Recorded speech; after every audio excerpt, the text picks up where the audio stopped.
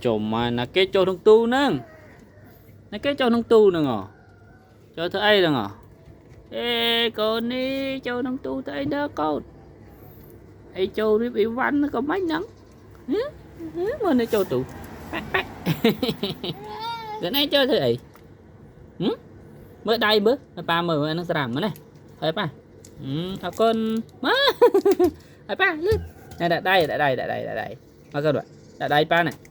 mà lên là câu chơi bạn đi đã ủa anh nâng con không lấy con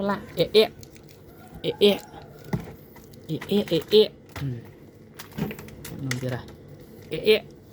na kê nâng na kê lên cho nâng tu chăng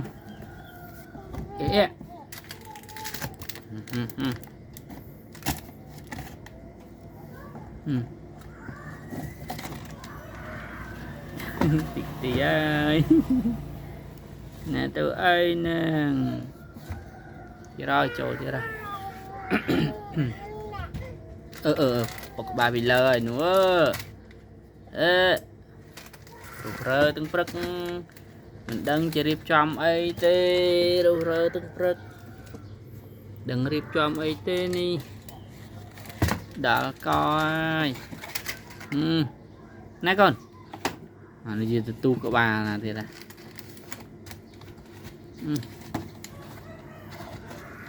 full rồi gì full rồi riệp tới bạn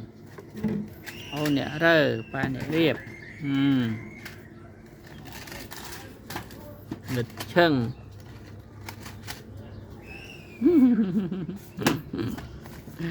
đã coi mà nó xây tên